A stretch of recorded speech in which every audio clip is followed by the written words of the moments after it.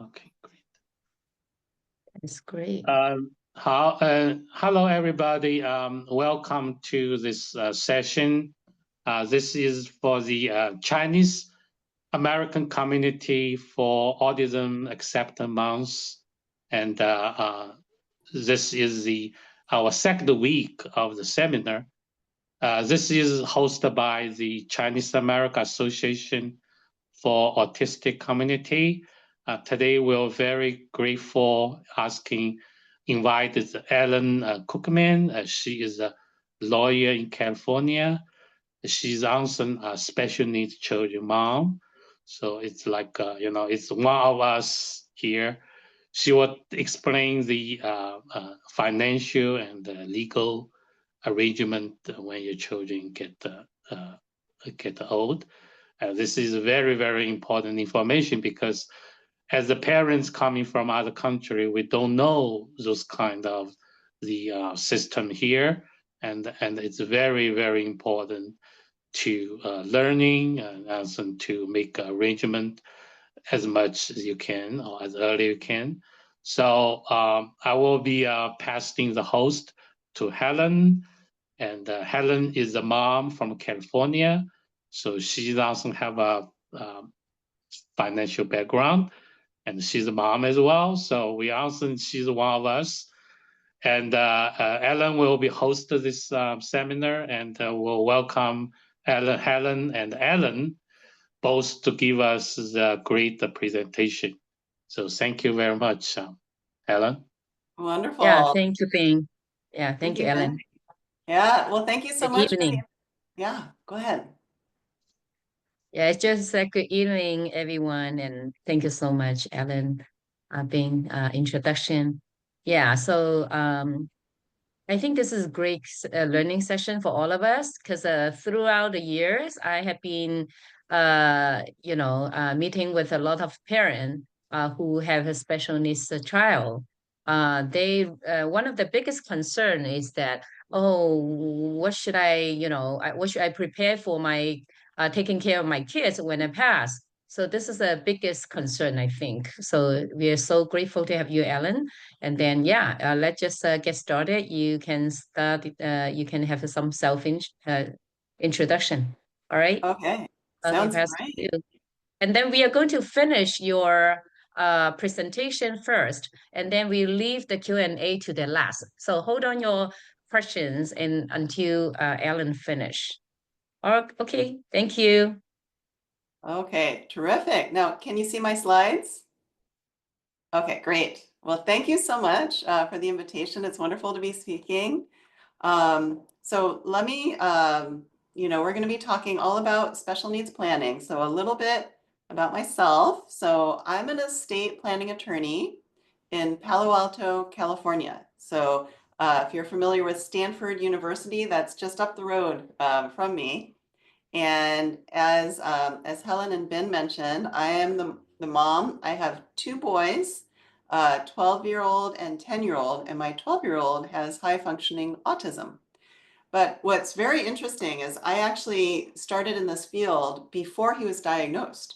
I worked as an advocate in the special needs community for many years. I think I feel very comfortable with the special needs community, and I think maybe some of my other family members have high functioning autism. Then when my son was diagnosed at age 4, it was interesting to go from being an advocate to a parent, of a child. So we're all in this together, I went to Berkeley for law school, and I got a higher degree in this, and this is all that I do, and I love it.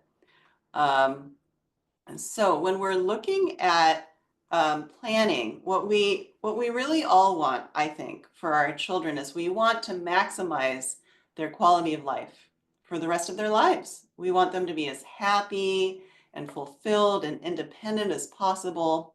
We also want to protect them. Kids on the spectrum can be very innocent and naive and not read body language, and so they can be taken advantage of. So we want to protect them from other people and even from themselves. Maybe they're very generous and they want to give away their money. We want to stop that. We also want to maximize their public benefits. So if they're receiving public benefits, we want them to keep those public benefits. And then we want to set up kind of a safety net of money to help in addition to that. So really what we're doing is we're setting up surrogate financial parents. When you're gone, who's going to continue to financially parent your child, right? That's what we're looking at. And I might be a lawyer, but I hate going to court. And so we want to avoid the court system as much as we can. So those are really our overall goals. Okay. So to understand about public benefits, to understand about special needs trusts, we really need to understand about public benefits. Okay. Now, keep in mind, I am in California, and the rules for public benefits are different in each state. So if you're in a different state, I might say something and you go, wait, it doesn't work that way in our state. And that's totally fine. So some things are the same and some things are different. And I'll try to point out what things might be the same federally and then what things might be different state by state. And by the way, even if you're from a different country and this is like a new language to you, even, my clients who are from the US and speak fluent English, they don't understand this either. So we're all learning. This is like a new language. So please be patient with yourself. Okay. So this is my big slide that explains all about public benefits. And we will provide a copy of these slides. Okay. So you can go back and look them over. So, but what I think about is when you have a child who's disabled and they can't work because of their disability, what do they need? Well, when you're working, you get your salary, right? You get an income stream and you get health insurance. Now, there's other countries in the world that have figured out that health insurance, in my opinion, should not be connected to your work. But in the US, we have not figured that out yet. And so we need some other way to provide health insurance to our kids with disabilities. So there's two types of income streams and then two types of health insurance. Okay. With the income streams, with the salary, with the cash coming in every month. The first type at the top left-hand corner is called SSI, Supplemental Security Income. That's federally based. So every child in the US can qualify for that, but they have to have resources of under $2,000. So that means if they have in their checking account $2,100, they don't qualify. So they have to be poor. Okay. Usually they start qualifying for SSI at age 18, because at 18 in the US, that's when you become an adult and your parents' money is not attributable to you. It's not deemed to you. So the parents' money and the child's money are no longer combined. All right. Now, if you're getting SSI, which is in California, it's about $1,200 a month, the max that you can get. In other states, it's usually about $975 a month. Okay. If you get even $1 of SSI, you automatically qualify for Medicaid, which we call in California, we call it Medi-Cal, because we always have cutesy names, Medi-Cal, right? And Medi-Cal is Medicaid is the health insurance program that's provided to many people. And also, if you're receiving Medi-Cal and you need help with your activities of daily living, if your kids are very low functioning and they need help getting dressed and they're a flight risk and you stay home with them, you can get IHSS, in-home support services. Okay, so those two, they look at your assets, how much money your child has, or their income, how much income they're receiving. Okay, for all states except for California, you can only have up to $2,000 of assets to get Medicaid. In California, they changed it. So now it doesn't matter how much assets, how many resources you have, but they look at your income. You can only have up to about $1,800 in income. So for both SSI and Medi-Cal, If you receive an inheritance, if your child receives an inheritance, it will bump them off their public benefits. And we don't want that. That's why we need a special needs trust. Okay. Now, if you look at the bottom two, we have SSDI, Social Security Disability Insurance, and Medicare. Those are the two programs that we call entitlement-based programs because somebody paid into the system. Okay, maybe you worked for a while and then you retired, or maybe your child worked for a while and they became disabled. Then somebody paid into Social Security and now they get some money. They get an income stream. They don't look at assets or resources or income for those. Well, for your child, they look at if your child is earning money. They look at your child's salary.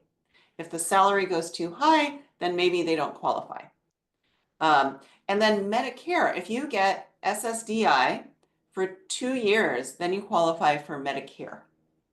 Okay, which is a also federally based health insurance program that is very good. And everybody age 65 and older receive it. But if you're disabled and you're getting SSDI, then you also can get Medicare. So that's a good reason to get that. Now, some kids have both. We call them Medi-Medi. They have Medi-Cal, Medicaid, and Medicare.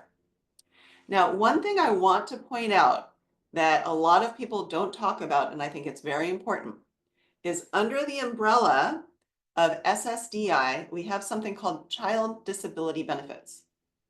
So that is if you are working for a while and you pay into Social Security and then you retire and you have a child who has autism and they were diagnosed before age 22, then your child, if they're 18, your child can receive half of what you're receiving. So let's say you're getting $3,000 a month when you retire. Your child can get $1,500 a month forever for their entire lifetime. Social Security doesn't tell you about child disability benefits.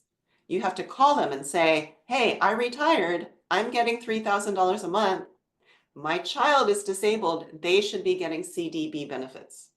Okay, so that's one really good one. Now, my next slide is from the point of view of your child.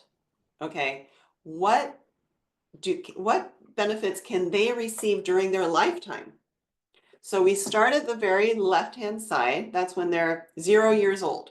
Okay, they were just born, and in California, they can receive Medi-Cal. Any child under 18 can receive Medi-Cal. And then you see we go and go and go, and then they turn 18, and they start receiving SSI, Supplemental Security Income.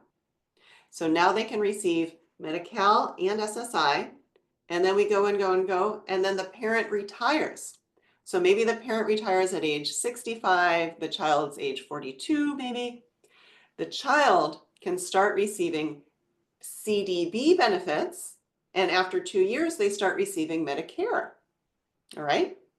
And then they keep going, the parent and child are alive, and then the parent dies.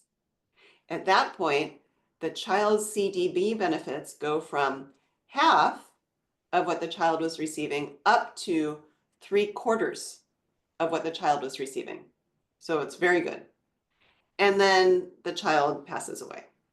So you see that this is not a static one-time picture. Your child's benefits will change as they get older, and it's important to understand where are they in this timeline and what benefits maybe you haven't looked into for them yet that they could qualify for. All right. So that's my primer on public benefits. I do want to mention, I have a YouTube channel and I have about 100 videos on there and about 10,000 subscribers. So please like and subscribe. Not right now, but after this you can go on, and I have many videos on public benefits. So if there's something about the public benefits that you want to dive into, or maybe you didn't understand what I was saying, feel free to go back and type in my name and the subject that you're looking for, and I probably have done a video on it. So now I want to talk about special needs trusts. So you remember when we talked about SSI and Medi-Cal, both of those, they look at your assets, they look at your income. And if you receive an inheritance, if the child receives an inheritance, then it would put them over that limit and it bumps them off their benefits. So instead, we want to create what we call a special needs trust for them. So what is a special needs trust? A special needs trust is an agreement between you as the parents and you as the manager, the trustee, for the benefit of your child. And what it says is that your child cannot act as trustee ever. Somebody else, whether it's you or somebody in the future, will act as trustee and will manage their money. The child can't access the money. They can't demand, I want $1,000. They can't do that. It's all up to the trustee. And because the child doesn't have control over the money, it doesn't count as their money. So they can have $3 million in a special needs trust, but because they can't access it, it doesn't count towards that $2,000 limit for SSI. So it's really nice. The child can continue to receive SSI and Medi-Cal, and then they have this safety net, this basket of money for anything that the government does not provide, which is many things. So you might think, well, what does a special needs trust cover? What can you pay for? All right, there was a case just 2 years ago, which I love, because sometimes people have said, and I think this is an error, it's not true. People have said, oh, special needs trusts, they're very restrictive. You can only use them for housing and for a wheelchair and just this and that. That's not true. And this case tells you special needs trust, the term special needs encompasses a very broad range of everything a human being needs in order to live, thrive, and realize his or her potential in life. Isn't that beautiful? So a special needs trust is really meant to provide anything that your child needs. If it makes them happy to go to Disneyland, the special needs trust can pay for a trip to Disneyland. Yay! Okay, so it's really an amazing, amazing tool. Now there's two main types of special needs trusts to be aware of. The type that you would set up for your child is called a third-party special needs trust. Now, why do we call it that? It's because you are the third party in relation to your child. So from your child's perspective, you are a different person. You are a third party. So other people's money goes into the third party special needs trust. So mom can put money in, grandma can put money in, but the child, the disabled child, cannot put their own money into a third party special needs trust. The disabled child can put their own money into a first party special needs trust. All right. So if the disabled child, if they have their own money, if there's a litigation settlement, if grandma leaves them money directly and it goes into their own bank account, then they can turn around and put their own money into a first party special needs trust. So the difference between the two trusts is the source of the funds. Where does the money come from? And this is very important because a third party special needs trust is a lot more flexible than a first party special needs trust. For a third party special needs trust, you can use it for just about anything, just about anybody can set it up. And when the child dies, it all goes, and any remaining money goes where you said in the trust where it goes, right? So if you say, you know, when Joey, my child, dies, then it goes to Susie, his sister, and that's where it would go.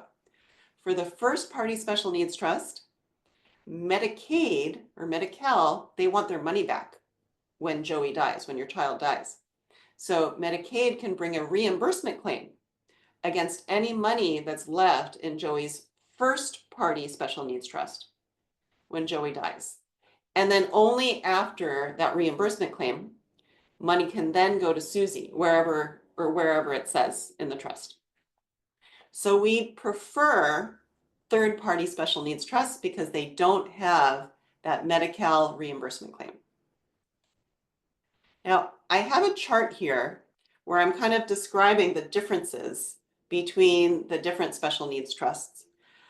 You'll notice, so we have the third-party special needs trust, the one that you would set up for your child, the first-party special needs trust, which is the one that your child would set up for themselves, or you could set it up, or a grandparent could set it up. But not everybody can set it up. Their auntie cannot set it up, a friend cannot. It's only a few select people. And then we also have something called a pooled trust. So if your child only receives a very small amount of money, maybe $50,000, maybe it doesn't make sense financially to set up a special needs trust for them. You can go into a nonprofit organization that pools many little trusts together. And then they have a case manager and a financial advisor. So you're kind of joining in to a bigger pool of special needs trusts. All right.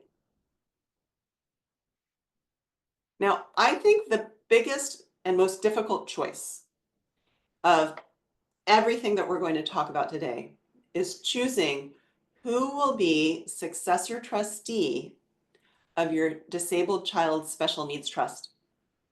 Because really you're looking to see who's going to manage your child's money when you're gone. And that's a very scary thing. I don't know about you guys, but I feel like if you choose the wrong person, I might stay up late at night. Like, what if the person that I choose, they do the wrong thing? And my child, he can't look over the accountings and make sure, like, if she's taking money, right? Or, what if we name like in our situation, what if Joey, our child with autism, we name Susie, his sister. But what if Susie wants to go and live her own life? She wants to move to London and she gets married and she has kids, right? Is it really fair to ask your neurotypical child to continue to take care of your disabled child? I don't think so. So usually I recommend, instead of naming a family member, because managing a special needs trust takes a lot of work and it's very complicated. And there's a lot of things that you can do wrong and then you can be in big trouble. All right. So usually we recommend professionals. And there's different types of professionals who can manage a special needs trust. We have individuals. In California, we have people called private professional fiduciaries. And basically, these are people who are licensed by the state of California to act as trustee, to manage a trust. So you can find someone nearby where you live and where your child will live, and you can interview them and see, what is their succession plan? What happens when they're gone? Who will take care of your child? And how do they charge? Usually they charge hourly. Okay. So they can do a very good job. Also, banks and trust companies can act as trustee of special needs trusts. Now, not all of them do. You might really like your bank, but your bank may not act as trustee of a trust, or it may not act as trustee of a special needs trust. So you have to look into what the different options are. And when I'm talking with my clients, this conversation can take an hour. This is a very big conversation, but I think it's a very important one. Now, if you choose a professional, sometimes the worry is, well, I don't know this professional. What if they don't do the right thing? Who's going to watch over the professional? The nice thing about a trust, as I mentioned, I don't like going to court. And with a trust, you don't go through the court system. It avoids the court. Yay! But the drawback is it doesn't go through the court system, and so you don't have a judge overseeing what's happening in the trust. So instead, we can build in oversight. And what we usually do is we can name one of your family members as trust protector. So in our example of Joey, who has autism, and his sister Susie, who's neurotypical, maybe Susie can act as trust protector. And what that means is Susie can get yearly accountings, and she can review how the money is being managed, and she can remove and replace the trustee if they're not doing a good job. So Susie kind of has a once a year check-in to see how is Joey doing and how is his manager doing, and just to make sure that it's going well. And that usually builds in some reassurance that somebody is looking over your child's best interests, but they don't have the full responsibility. And when I speak with neurotypical siblings, they are so relieved. You know, a lot of times they'll go, of course, I'll look after Joey. But just in their lives, they're too busy. It's just too much. And when they find out they can have a smaller role, like trust protector, oh, they're so relieved. So this is really something to look into. One thing that I always recommend that parents write is something called a memo of intent or a letter of intent. This is basically a letter that you write to the successor trustee. You say, "Dear successor trustee, here are all the things I want you to know about my child. This is what makes them happy. This is what makes them sad. This is what they're allergic to. These are the types of interventions we've tried before. This is what worked. This is what doesn't work. These are the extended family members that I want them to spend time with, and I want you to pay for the flight to China every year so they can go visit their grandparents." You know, anything that you've learned about your child over the years, it's like a big brain dump from you to the successor trustee. And successor trustees love these letters because they're getting up to speed very quickly about your child and what your child's capacity is, what your hopes are for housing, just anything that you want to talk about. And I usually recommend updating these letters frequently, because as your child grows and their abilities grow and their challenges grow, then you can be more specific about it. Now, there's one thing structurally that I'd like to address about a special needs trust. You can really set it up two different ways. And what I often see is people will go to an attorney and they're talking about their family, an estate planning attorney, and they say, "Well, I have a child with autism." And the attorney goes, "Oh, no problem at all. I have a drafting program. I'll just include a special needs trust into your revocable trust." And you go, "Oh, okay, well, that sounds fine." I don't think that's a good option or a good way to set it up. And here's why. When you die and the money goes into the special needs trust, because while you're alive, you are the child's special needs trust. You pay everything for them, just like you do now. And there's no reason to put money into the special needs trust. But when you die, the money that you've set aside for your child with autism goes into the special needs trust. Now, if your child is receiving SSI, SSI, then Social Security Administration wants to see a copy of the special needs trust. And if you send them your revocable trust and you say, "Hey, look, in Article 6, that's where the special needs trust starts," they get very confused. They don't understand about trusts and special needs trusts. So sometimes they even make you cut and paste. Here's the language for the special needs trust. It's much better to have just one standalone special needs trust, so it's separate from the revocable trust. And in the revocable trust, in your trust to avoid probate, in the revocable trust, it says, when we die, we want half to go to Joey, to his special needs trust over here, and half to go to Susie. So they talk to each other. The other nice thing about having a standalone special needs trust is it's effective immediately when you sign it. So if you have any other family members who want to leave money to your children or to Joey, to your child with special needs, they can do that at any time. The special needs trust that's embedded within the revocable trust, that only becomes, it's only created, it's only effective when you're gone. So if they die before you, they can't use that special needs trust. So those are two main reasons why I usually recommend having a standalone special needs trust. All right, the last thing I want to say about special needs trusts is that just about anything can go into it. What do you put into a special needs trust? Well, you can leave a house in a special needs trust. You can leave cash and investments. Those are probably the best things to leave because that's the most useful. You can use it any day, right? If you have cash, it can be used for anything that your child needs. Also, life insurance is a very good way to fund a special needs trust. You can set up life insurance and you can say the beneficiary is my child's special needs trust. So when you die, the money from that policy goes into your child's special needs trust right when you need it. Usually you need the money when you die, okay?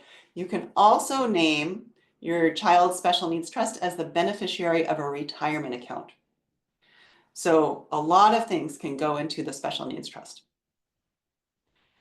So one thing I don't want us to forget about are if you have any neurotypical children. Like my child Caleb, he's 12 and he has autism.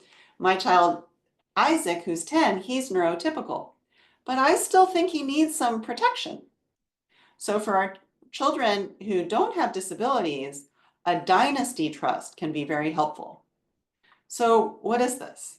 This is basically a trust that can be used for the lifetime of your child, your not disabled child, but any money that goes in, when you die, the money goes into the trust, and if your child ever gets divorced, it's still in that trust and none of it goes to the ex-spouse. And if your child ever gets sued, there's a high level of creditor protection. So the lawsuit, they can't take the money out of the trust. And also when your child dies, any money that's in the trust goes to their children free of estate taxes. So there's some very good benefits of dynasty trusts. And I have 2 videos on dynasty trusts. So I encourage you to watch them. A lot of times what we'll say is in our trust, we say when our child turns 30 or 35, they get all the money. But that's not protected. The child gets the money and then they can go buy a house with their spouse and then the house owns half of the money, right? So I think it's a good idea to protect all of our children. Okay, so we're just moving right along, but if you have questions, please, I think you put them in the chat and then we can address them at the end. Because now I want to move on to ABLE accounts. Hopefully you've heard of an ABLE account. It's basically a savings account for people with disabilities. And here's how it started. It'll kind of give you an idea of what it's used for. There was a group of adult children with Down syndrome in Virginia.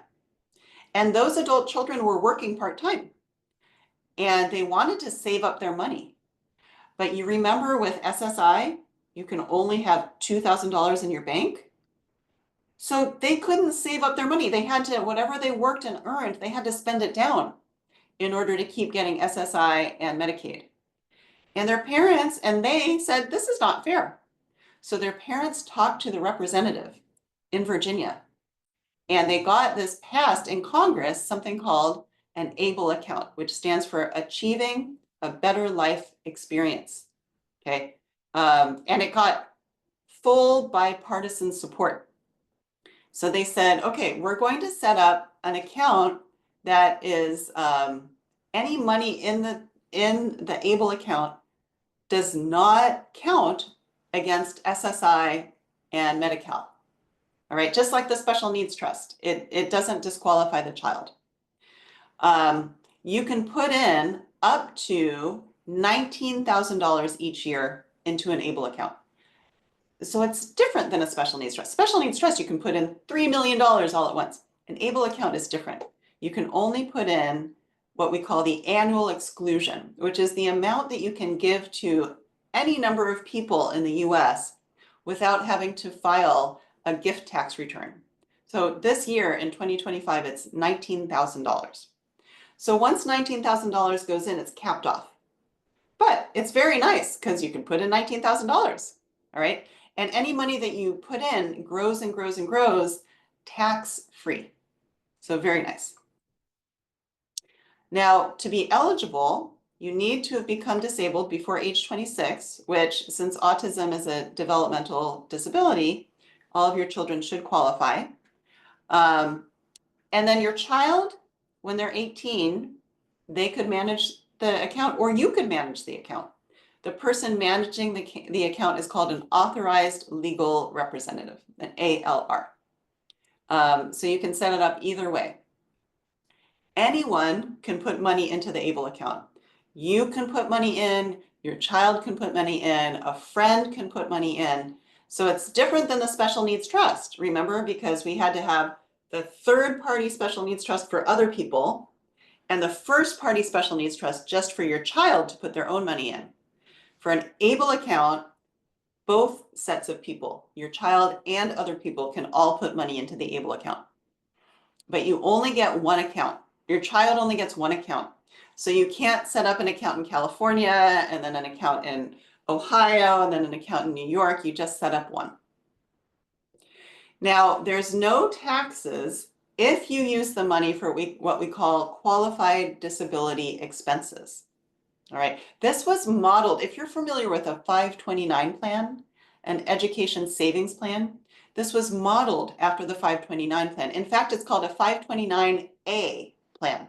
All right, with the 529 plan, if you withdraw the money for education expenses, you don't have to pay any of the capital gains tax. Here, in the ABLE account, if you withdraw the money for qualified disability expenses, you don't have to pay capital gains tax. So what is a qualified disability expense? It's just about anything. Just like a special needs trust, it's defined very broadly. A trip to Disneyland, which is my favorite example because it just seems so fun and not, like you must do this, right? It's discretionary. That is a qualified disability expense. So just about it, gambling is not, right? Illegal drugs, that's not, but just about anything that you would use it for is a qualified disability expense. Okay, if you set up a regular 529 account and then you weren't familiar, you didn't know of your child's diagnosis, and then they received the autism diagnosis later on, you can roll over up to $19,000 each year from your 529 plan to your ABLE account. Or you can roll over between children, between 529 plans and ABLE accounts. But remember, only 19,000 can go in. However, there's an exception.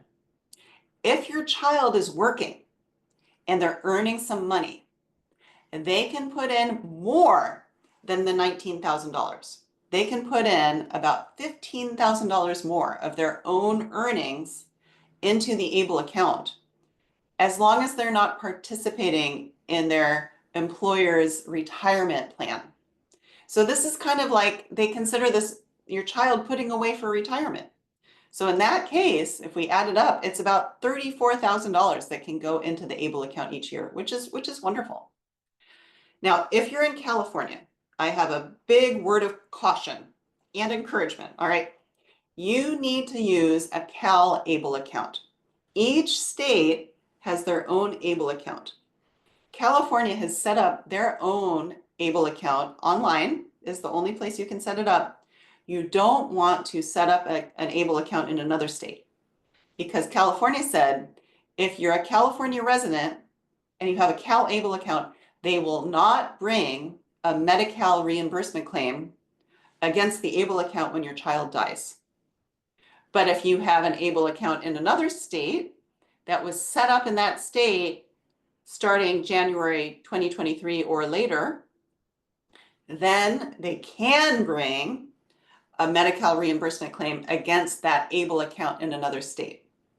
So if you have not yet set up an ABLE account for your child and you're in California, you need to set up the ABLE account that California provides, the Cal ABLE account.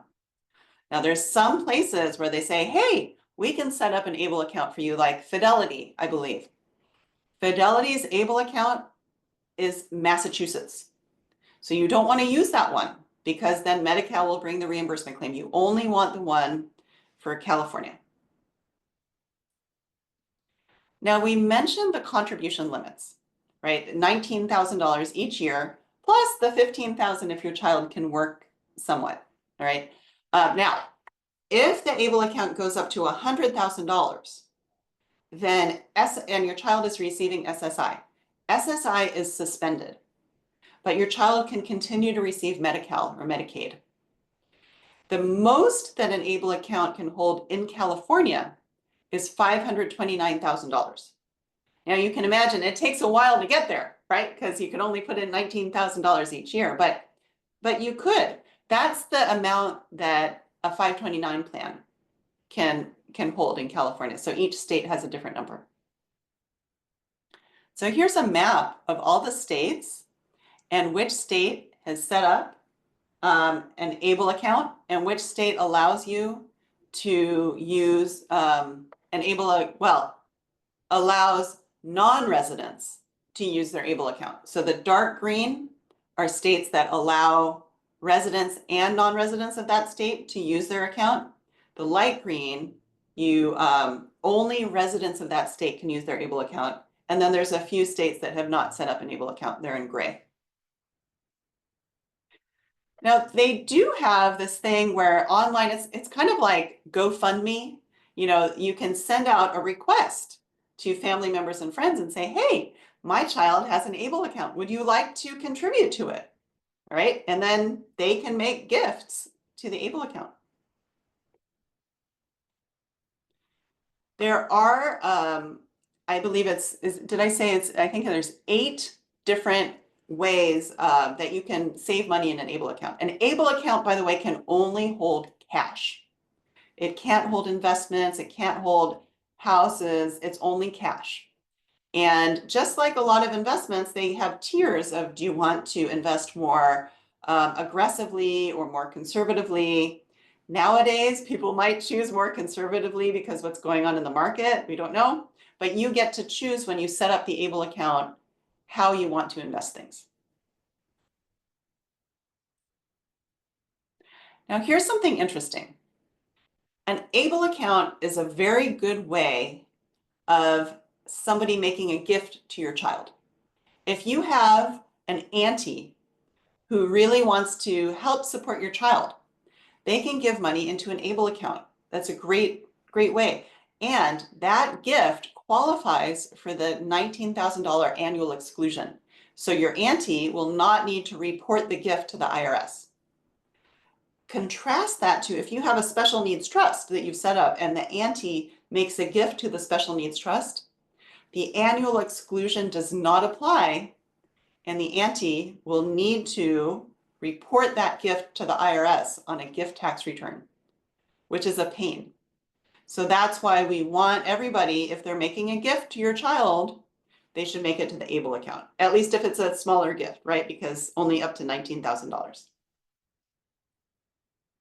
Now here's a cool way to use an ABLE account. You set up the ABLE account. If your child, well, let me back up. If your child is receiving SSI and somebody else pays for their rent or their shelter needs, then their SSI check will be decreased by about 1/3. We call that the ISM deduction, in-kind support and maintenance deduction. So if your child is living with you and they're receiving SSI and you're paying their rent, then they get that deduction. They won't get, in California, they won't get the full $1,200 a month. Maybe they'll get $850 a month. So you get the idea. But if you set up an ABLE account and you or anybody transfers money into the ABLE account, and then the ABLE account pays you the rent and the shelter, there's no ISM deduction because the ABLE account is considered the child's own money. Now the child is paying for their own housing, so there's no deduction. So I think that's pretty cool. So how do you set up an ABLE account in California? Well, first you set up a checking account at the bank that you like in your child's name. Then you go on the website. It's calable.ca.gov. That's the one place you can set up a CalAble account. You go on the website and you enter the bank account information, the account and the routing number, and also your child's social security number.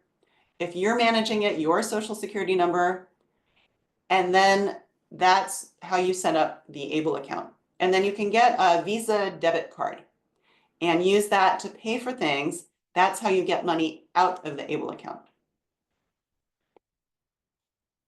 So I have a couple of slides here that I'm not going to go over, but it really compares the Able account versus the third-party special needs trust versus the first-party special needs trust. What are the different details? How do you use them? And again, we'll make sure that you get these slides later so you can go back and review them. Because I do want to save some time for questions. All right. This is a sketch of my team here in Palo Alto. By the way, we are completely remote. We have team members who are on the East Coast. We have team members down in San Diego. We have 3 team members who are offshore in different countries. But we all work together and it's wonderful. All right. So it's brave new world.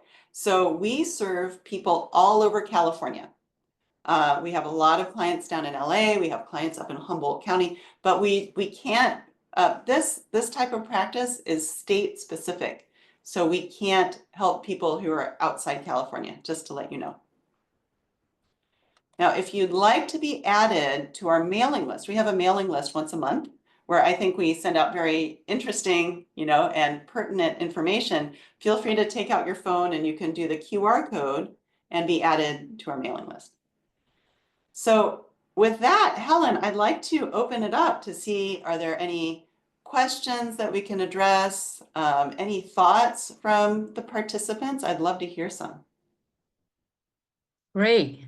Thank you, Ellen, for great presentation. Very helpful, very detailed. Yeah, thank you for this is well prepared. So now we open up to questions. Anybody would like to ask? You can unmute yourself.